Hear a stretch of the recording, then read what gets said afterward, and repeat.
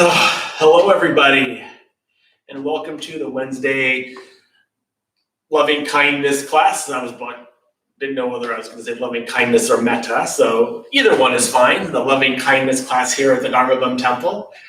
If you're new to the Dharma Bum Temple, if you're new to this online streaming, if you're new to this Wednesday class online or in person, please feel free to say so in the comments in the chat box. It's wonderful just to know that, hey, this is your first time, and it doesn't matter if you know how to do a loving kindness meditation or not. Just relax. We're going to go over all of that, but first we're going to have this short little introduction. For those of you who don't know me, my name is Alex, and I've been here at the Dharma Bum Temple for a long time. And this is the first time I've ever done an online meditation, and it's actually very exciting. It's about 7:01 now. Sunset is in about 3 minutes, but it's still light outside. And I didn't know, now that we're all in isolation, I didn't know whether I should wear my daytime or my nighttime pajamas. So actually, I only have one set of pajamas, and this is it. So I'm going to wear my pajamas for this first loving kindness meditation because I want to be really, really comfortable. And so that's what I'm going to do. That's what I did. It's really strange because as I've been sitting up here for the last maybe 15 or 20 minutes, and one of the things about me that you may or may not know is that even though I've been teaching here at the Dharma Bum Temple for a long time, and I've interacted with many of you, I'm really an introvert. I love to be by myself. I love it. I need my time to myself to recharge and just kind of be with myself and be with my thoughts and things like that. But now that I'm looking out at just Travis, my audience, my physical audience of one, I miss you guys. I miss you not being here and sitting on the cushions and on the chairs and in the pews. But, one of the ways to really look at this lockdown is that it really is an opportunity. It's an act of loving kindness. It's an act of loving kindness. The entire Buddhist Dharma is based on non-harming people with your words and not harming people with your thoughts, not harming people with your actions, your deeds. And that's what this lockdown does. It ensures that we don't potentially pass this on to vulnerable people who can get this virus from us. A good friend of mine has this, and he's okay, but things were really, really tough for him for a while. And so I'm glad to be able to do my part, and this online class is just a part of it. I'm super happy to do it, and I'm happy to be here with all of you guys.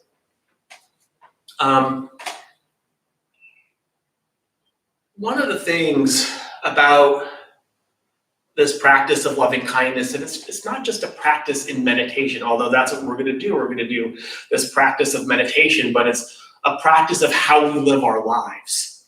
And the practice of loving kindness enriches us so much, and it does so much for us, and it just widens and makes our heart bigger, And I want to share a story with you, just a quick little story. As if you don't know me, I love my stories. So, and this story comes from Sharon Salzberg's book called Loving Kindness, The Revolutionary Art of Happiness.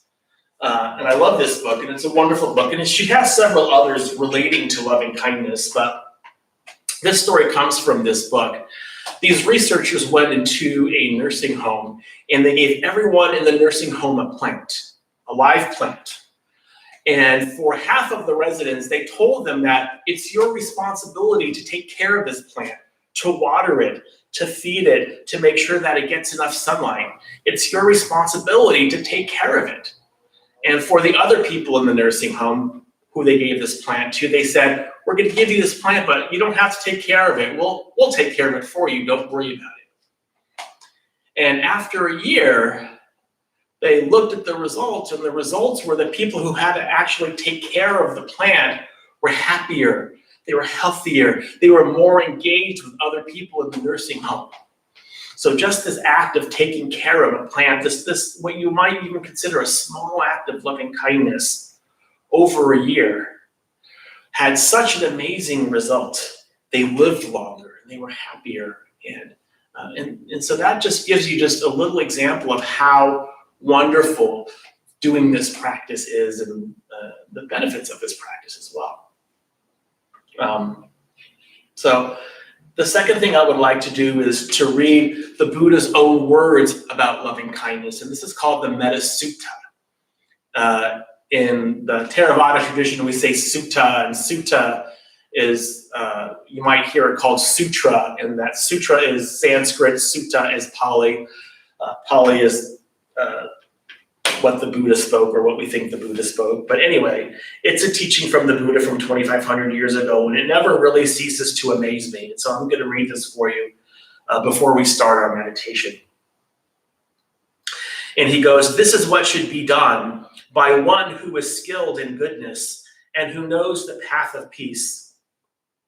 Let them be able and upright, straightforward and gentle in speech, humble and not conceited, contented and easily satisfied, unburdened and with duties and frugal in their ways, peaceful and calm and wise and skillful, not proud or demanding in nature. Let them not do the slightest thing that the wise would later reprove. Wishing, in gladness and in safety, may all beings be at ease.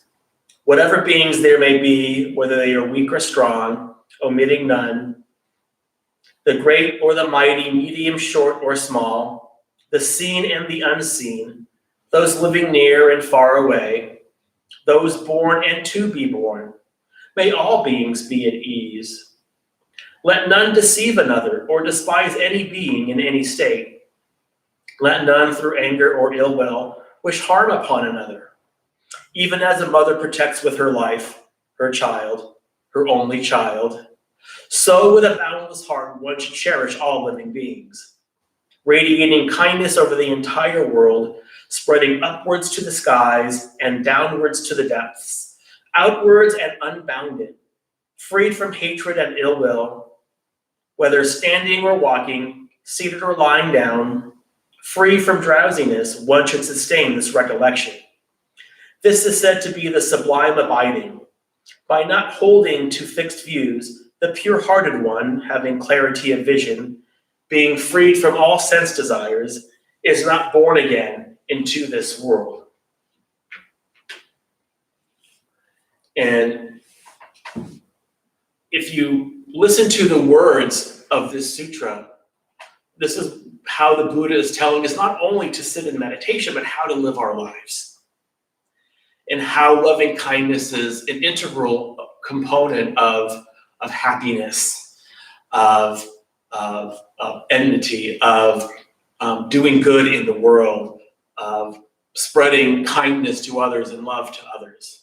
And something that Sharon Salzberg also said, and this comes from her book as well, I had printed this out. "A way to discover intimacy with ourselves and all of life is to live with integrity, basing our lives on a vision of compassionate non-harming. When we dedicate ourselves to actions that do not hurt ourselves or others, our lives become all of one piece of a seamless garment, with nothing separate or disconnected in the spiritual reality we discover." So now we're going to do our meditation. If you're seated on a cushion, you just want to make sure that you're seated on the forward third of the cushion so that your hips are higher than your legs, and you're making this kind of tripod with your crossed legs. If you're seated in a chair or on a bed or wherever you're seated, you just want to make sure that your feet are flat on the floor with your legs a few inches apart. Your hands can be anywhere that's comfortable. I put my hands in my lap or on my legs. If you remember anything, just remember to keep your back straight. So I like to make my back super duper straight, kind of overdo it, and just kind of relax. So my core is still engaged, holding my spine erect, but my shoulders are dropped, right? And then my head is nice and straight, and your eyes can be closed or open or half closed, like looking maybe 45 degrees down past your nose. in this sort of soft, unfocused gaze. And a couple of things before we actually start meditating. One is to, well, one of them, I'll tell them both to you. One is we want to cultivate this attitude of no struggle. We're struggling so much right now. This lockdown is unfamiliar to us. We're going a little bit crazy sometimes, just staying inside. I love it. But not all of you or me. And so, it's easy to get down on yourself and to get easily frustrated with, not being able to focus in meditation or keep your attention on the breath or keep your attention on the meditation instructions. And so we want to, as much as we can, let all of that go. Just for this, next half an hour, 25 minutes that we're going to have in meditation, no struggle. If we struggle with our thoughts, we can open our eyes and take a deep breath. We can stretch if we want to. We can walk around the house. Then we can sit down and rejoin the meditation. That's perfectly acceptable. And the other recollection that might be helpful is when you sit, we sit like a Buddha. If you imagine the Buddha sitting in all of the statues and all of the thangkas here at the temple that you've seen before, the Buddha is always sitting up straight, focused on the task at hand, sitting with a lot of dignity. And you can sit that way too. It doesn't matter if you sit on a cushion or you sit on a chair, you sit on the side of your bed, you lie down. It doesn't really matter. You can do all of that with dignity and with focus. So you can do both of those, right? So those two recollections hopefully will hold you in good stead for this meditation. So let me get my handy dandy timer out.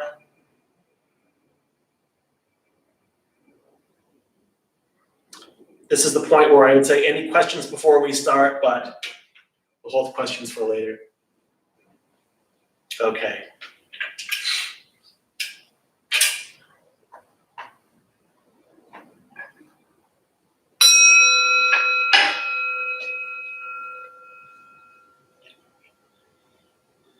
So just allow your eyes to close.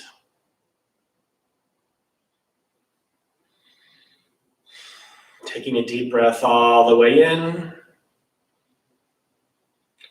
and all the way out. There we go.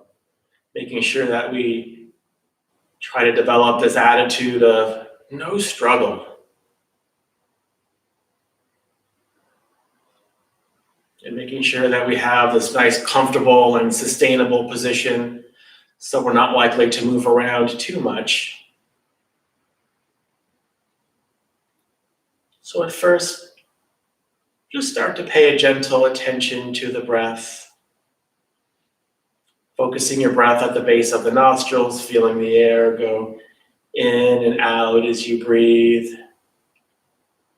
Or focusing on the belly or the chest, feeling its expansion and contraction as you breathe.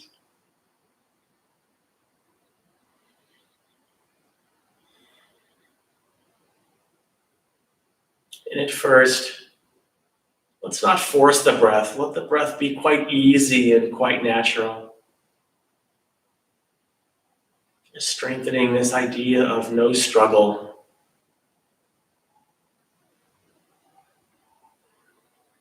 It's just for the next few moments, just rest as gently as you can in the sensations of the breath.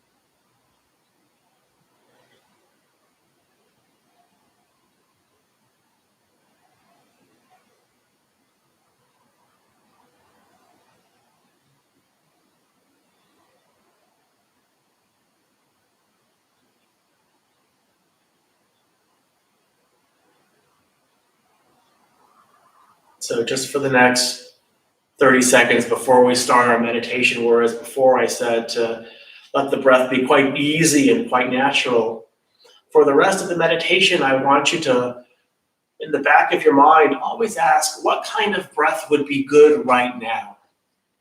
If you're feeling sleepy, maybe some deeper breaths would be really beneficial for you. Deeper and maybe faster, just to wake yourself up.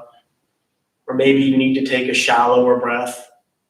But always investigate the breath and understand that the breath, you can change the breath to kind of make yourself be able to concentrate more on the meditation, to feel better.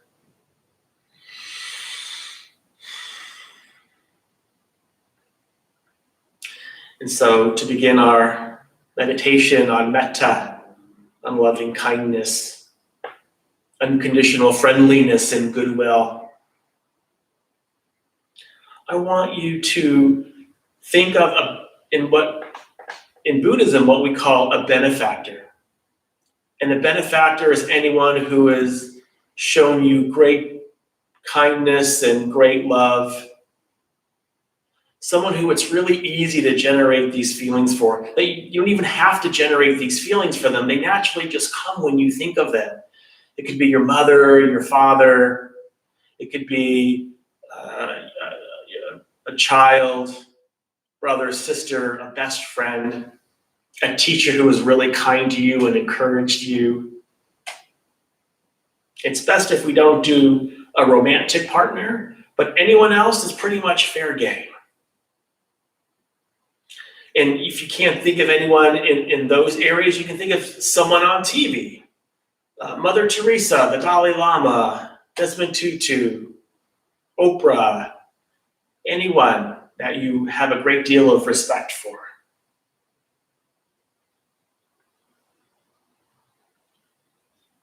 And so you just call this person to mind. And you can do this practice a couple of ways. The first way is we can begin to gently recite phrases of loving kindness for this person, connecting our heart to theirs. Phrases like, may you be happy. May you be safe from inner and outer danger. May you be well in body and mind. May you be at peace and live at ease in this world. And gently repeating these phrases over and over. Or if you don't want to recite phrases, you can even just imagine yourself radiating loving kindness to them. Just radiating a beam of loving kindness from your heart to theirs. A couple of things that might help. One, you can put your hands over your heart, or a hand over your heart, or both of them, it doesn't matter. And it always helps to smile. Smiling is a part of what we call right effort in Buddhism. Smiling helps us keep this positive frame of mind, or we're doing this practice for our benefactor. Don't struggle with finding a benefactor, just pick someone. You can pick multiple if you want to. It's all good. So just for the next few moments, let's do this practice of loving kindness for our benefactor.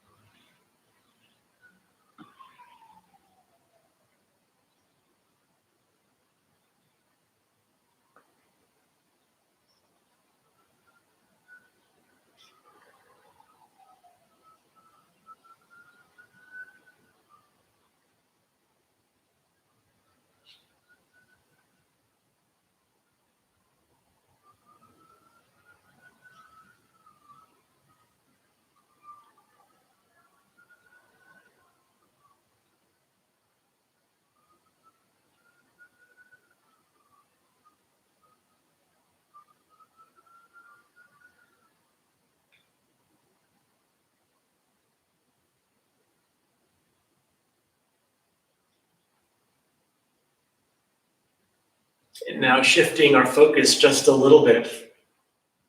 Whereas before we were doing this practice for our benefactor, and now we're going to imagine our benefactor, and it could be the same one you used before, or it could be a different one, doing this practice for you.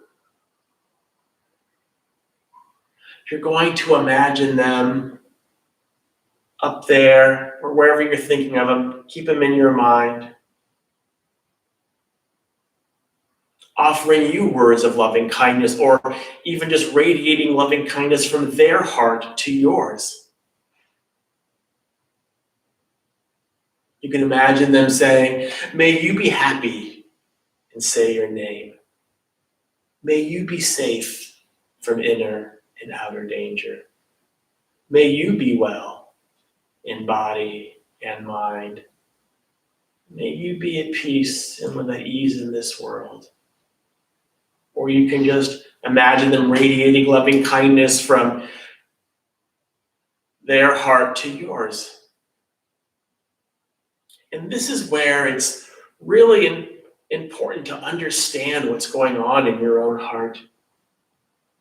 Can you put your hand over your heart if it's comfortable for you to do so? And see if you can allow this loving kindness from your benefactor into your own heart. Can you feel if there's any tension or resistance? Maybe breathing into that tension or resistance, releasing it if you can. You don't have to force anything, just notice what's there. And to the best of your ability, allow this loving kindness into your heart.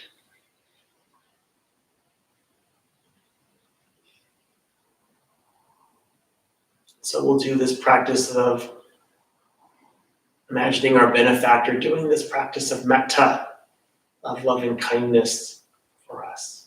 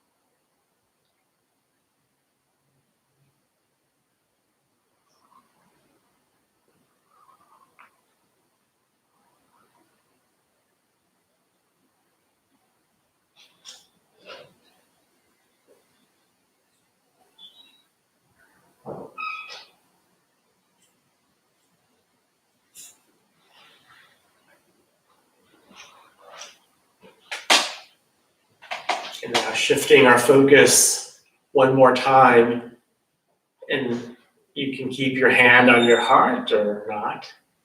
And now we're going to do this practice for ourselves. And so at first, just call to mind your own wish to be happy, your own wish to be safe and protected, free from danger. And that the wish you have is the wish that everyone has for themselves.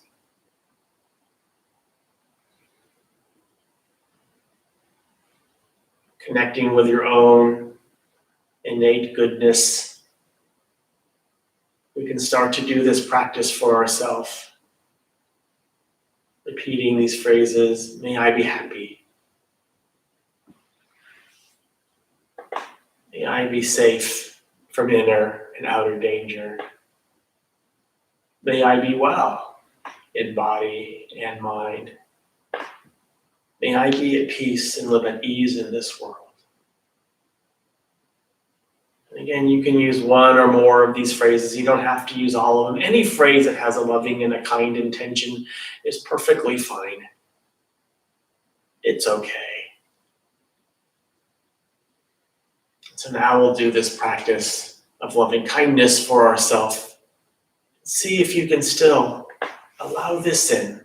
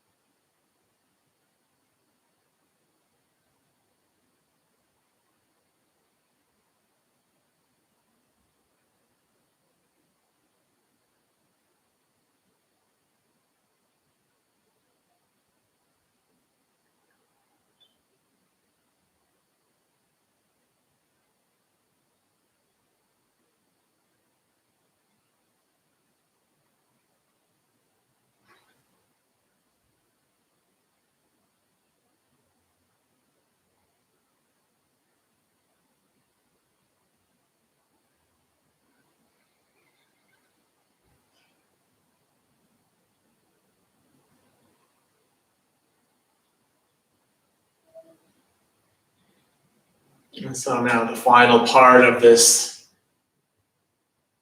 meditation on metta, loving kindness.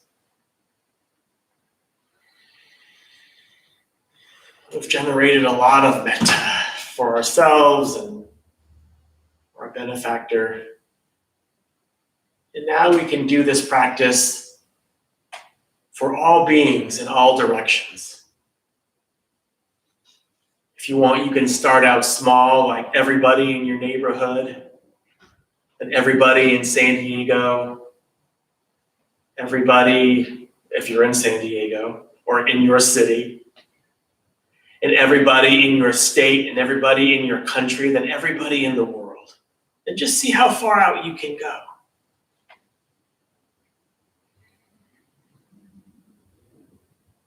Everybody is affected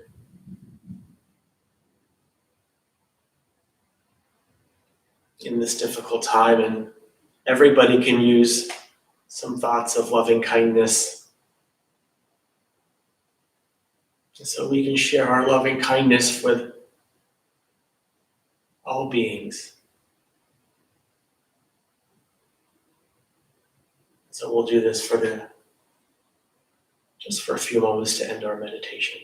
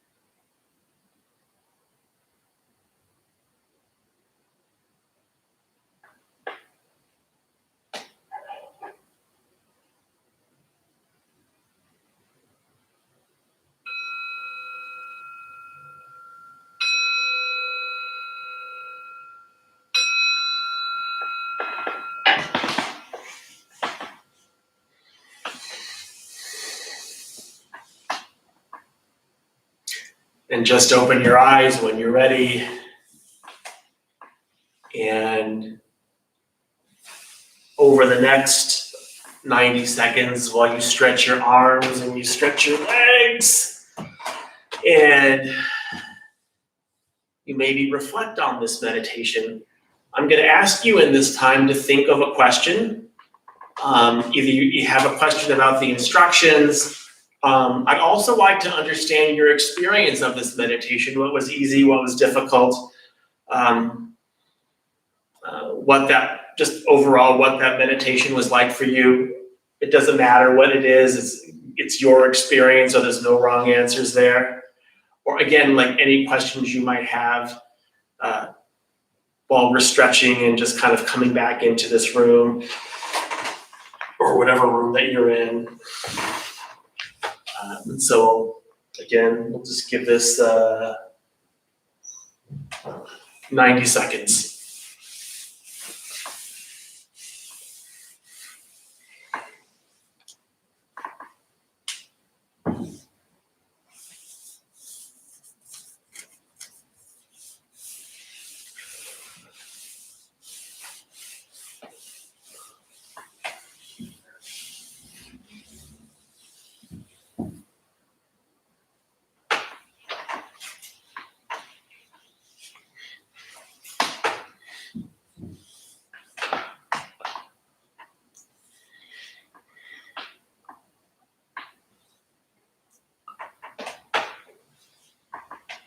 William would like to know. We'll hold it off for like 40 seconds. We're almost there.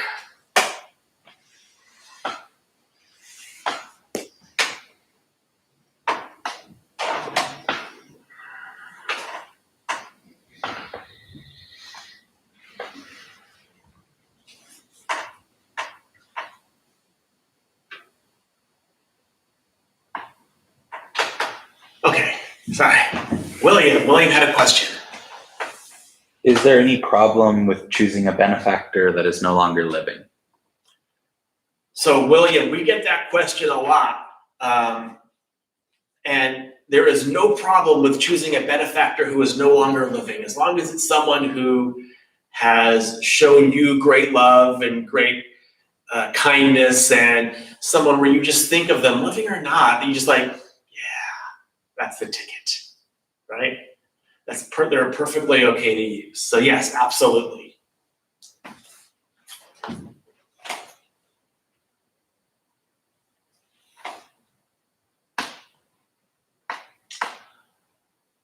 Josh was wondering if you could tell the story of when the Buddha prescribed this type of meditation to his disciples. Do I not know that story? I don't know if I know that story specifically, even though, Josh, I love my stories. So I don't know that one in particular. But before we get on to any more questions, and I'm going to talk for a few minutes here. So if you have some more questions, go ahead and type them into the chat box, and I'll answer them right in just a minute. And this is something that I usually say at the beginning of the meditation, and so I didn't really want to do that. I wanted to try something just a little bit different. And I wanted to talk about this word that we talk about. In English, we say loving kindness, but in the ancient Pali, it's metta, M-E-T-T-A. You might also hear of it as Maitri. In Sanskrit, I think it's Maitri. Same thing. But as is the case with a lot of ancient words, that one word has lots of different meanings when translated into English. In English, this word can mean loving kindness, which is the word we normally would hear. But it also means unconditional friendliness and also goodwill. And the wonderful thing about these different words or these different translations is that we do loving kindness for lots of different people. And so we can use these different translations depending on who it is to make our meditation easier.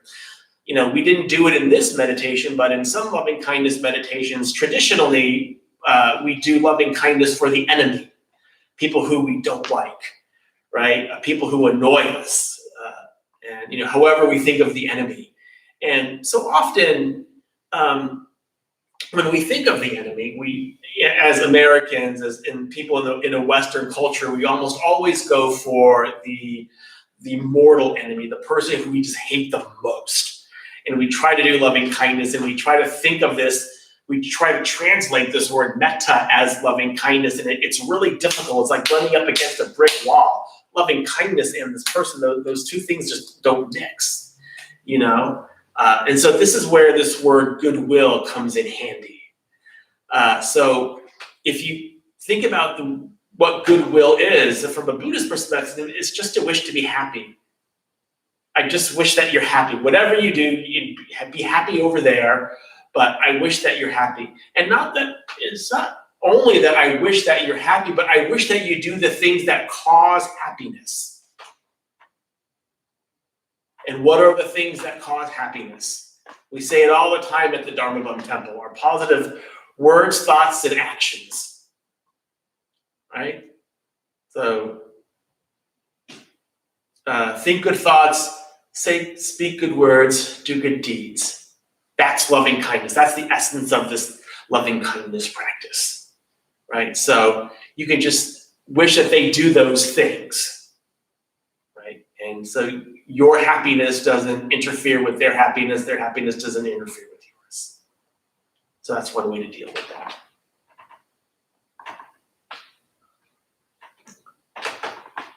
Could you speak a little bit about the other heart practices? Yeah. So the other heart practices was the question. And is that your question or just, okay. And so the other heart practices are really interesting because loving kindness is just one of 4 heart practices in Buddhism. And so we start with loving kindness. We start with metta, right? And then the next 2 are applications of loving kindness. And the next one is compassion, right? Compassion, karuna. And compassion is what happens to loving kindness when it encounters suffering. It wants that suffering to stop. You see someone, they've fallen down a well, they've fallen in a hole, and you see them and you want to help them. You want them, their suffering becomes your suffering. You look at them and go, oh my God, I need to do something. Get a ladder, get something, I'll help you. And so you want that suffering to stop. Right? So that is a brief explanation of compassion. The next one is called empathetic joy. And that's what happens to loving kindness when it encounters joy. It wants it to continue. Right? So someone gets a promotion at work and you're really happy for them. Like, good for you, man. Perfect. I'm really happy for you. Even if it's the promotion that you want. Now we're getting really hardcore, right? You're still just really happy for them. Right? So that's the third one. So we have loving kindness and compassion, empathetic joy, and the last one kind of ties them all together, and that's called equanimity. And equanimity is understanding that you're going to do everything you can do to help, but you're not going to get caught up in all of this. The suffering is not going to overwhelm you. You're going to know that you're going to have the wisdom to know that I'm going to do as much as I can to help, but what I can do is only going to be a little bit, but it is what I can do, and I'm going to do my best to do that as well as I can. And I'm still going to have compassion for everything else, but I'm not going to let all this suffering overwhelm me. I'm going to understand that, people, everyone that we run into, everyone we come into contact with is dealing with their own karma. They have their own suffering, and it's really, really hard, for them. And we may not be able to help them. We can think good thoughts about them, but we know that we can't help them in particular. But we cannot be overwhelmed with their suffering as well. We don't have to take all of that on, you know. So it's, you know, to have equanimity is to have a lot of wisdom, and to have true compassion also takes a lot of wisdom, but we learn a lot of this in compassion. And, you know, I think it was the sociologist Brene Brown who was talking about the people who had the most compassion. What was their one trait? The one common trait of all these people who had a lot of compassion. And that one trait was they had really good boundaries. Isn't that fantastic? They have really good boundaries. They know that, look, I'm going to try to help, and I'm going to help as best as I can, but I can only do so much. I'm only one person. But I'm going to do what I can to help as many people as possible. And I'm going to be okay with that. And I'm not going to let anyone, like, break my boundaries. And that's really good. That's compassion with a lot of wisdom.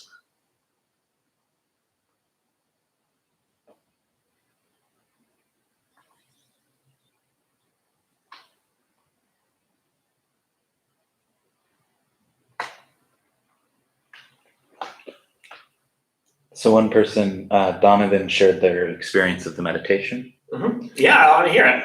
And thank you for guiding us to meditate on our benefactors and practicing metta towards us. I never tried that before. And as you mentioned, observed and experienced resistance. It was helpful to segue into the metta for themselves. Mm-hmm. Yeah, I don't know if you've been to my particular meditation before. This is for everyone, not just Donovan. But, we do this meditation in a little bit of a different way. That's traditional. And, good. I'm not always a fan of tons of tradition. But, we have to adjust for this Western culture. And in this Western culture, we experience a lot of self-denigration, right? A lot of self-denigration, self-hatred, however you want to look at it. And so to have loving kindness for ourselves is not really, really easy. And so one of the ways to make having loving kindness for ourselves a little easier is to first imagine someone else having loving kindness for us. And someone that we know loves us. Someone we know loves us. It's really easy to think about people who we know who love us, but we just can't imagine loving ourselves for some reason. It's okay if, like, my sister, I know my sister loves me. I know my friend Linda loves me. I know that for sure. There's no doubt. But, years ago when I first started this practice, it was like I couldn't even think about loving myself. That seemed so odd and so strange. And so when I would do it try to do this practice for myself, I ran up against that brick wall. The heart was like hardened. It was like stone, And so that's why I always say to put your hand over your heart to kind of ease, to make it a little easier for you. So yeah, doing that practice, imagining the benefactor doing it for you is a really good transition into then doing it for yourself. And again, hopefully, whoever is out there, I hope you put your hand over your heart when you did that. It just makes it much easier. You don't have to stay stiff in meditation like this. If you watched me during the meditation, I had my hand over my heart for a good portion of this meditation. And I smiled.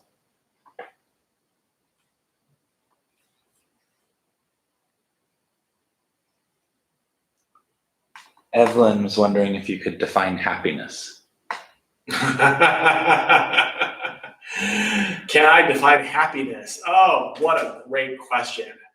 That's one of those juicy ones,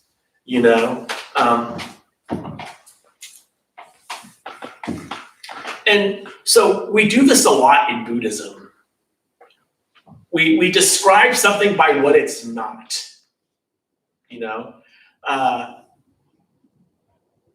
And we even describe nirvana, which is the ultimate happiness, by what it's not. Like nirvana N-I-R means not, essentially. And vana is I forget the actual word, means bound. So you're unbound. You're unbound from suffering. You're not bound to suffering. So that's what happiness is. It's the absence of suffering. And there's these things that cause happiness. And so this is what we really need to pay attention to. What are the causes of happiness? If you know what the causes of suffering are, then you're probably having a good idea of what the causes for happiness are, right? So if you think about the causes of suffering is a lot of attachment, right? Craving and grasping to things, ideas and people and things and all of these different types of things. And if we could be unbound from that or not bound to that, unshackled from that, that's happiness. And again, how do we practice this happiness? This happiness is a practice. Our positive words, thoughts, and actions. Think good thoughts, speak good words, do good deeds. Right? That's the mantra of the Dharma Bum Temple. We practice happiness. When we practice happiness, we practice the absence of suffering. Hope that answered your question.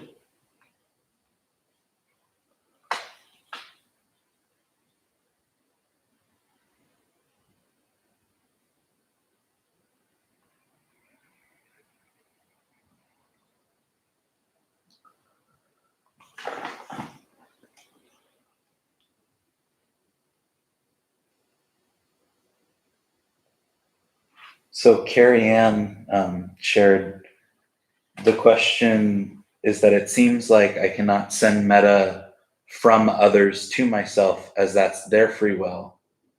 Is this not about being able to accept love? Read that one, the last part of that. Is that not what? This is not about my not being able to accept love. Could be. I mean, the thing about this is it looks like you're struggling with, you're trying to control what someone is doing up there. And so a way to think about this is, in recovery circles, we have this phrase called act as if. Right? Act as if this was true. Right? So we're just putting it out there. We're not trying to control them. But your benefactor loves you. Otherwise, they probably wouldn't be your benefactor. Right?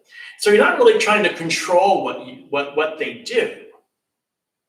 Right? You're not trying to control what they do. You're just acting as if they're really saying these things to you. And the test is how can you accept this? Because this probably is true. They probably do love you. If they're your benefactor, look, they love you. They love you. And so the idea is, can you accept this? Can you accept this? Don't worry about you're trying to control them or anything like that. Just act as if they're doing this for you. And that's the practice. And your job is to accept this. Accept this into your heart. So I would ask, can you do that? Can you just accept it? And a lot of times for most people, that answer at first is going to be no, or it's going to be really, really hard. And if you can admit that no, I can't accept this, that's a good place to start. And that's fine. Keep doing the practice. It gets easier. Eventually you'll say, oh yeah, I can accept this. A little bit more, a little bit more, a little bit more. You can do this. And so like I like to say a lot of the times, most of us are like the Grinch. You ever saw the Grinch, the Christmas show? Our heart is 3 sizes too small. Or at least that's what we think of it, because we can't accept anything in. Our heart is just too filled with suffering and like this self-hatred and self-denigration. And so this practice of loving kindness is a heart biggening exercise. We're making our heart bigger. We're making our heart bigger to accept ourselves. And we're expanding that to accept everybody else and include everyone in our loving kindness. But it always starts with ourselves. Because if we can have this experience of loving kindness for ourselves, we would want this for everybody. That's why it's so important to have this for ourselves, and why we do this practice of having our benefactor doing this for us first. It's like a transition. So we just eases it in, like the previous question was talking about. Hopefully that helped.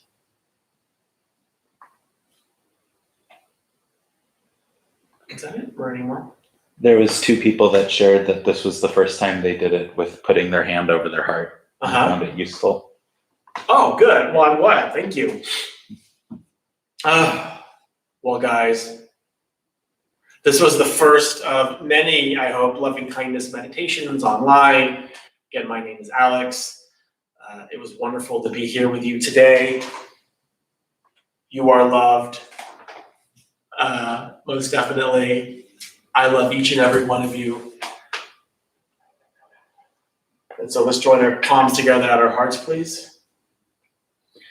And may the benefits of this practice and this discussion be received by all beings. May all beings be free from suffering. May all beings be at peace. May all beings be joyful and at ease. May all beings be happy. And may all beings be loved and seen for the beautiful, radiant beings that they are. Thank you for coming.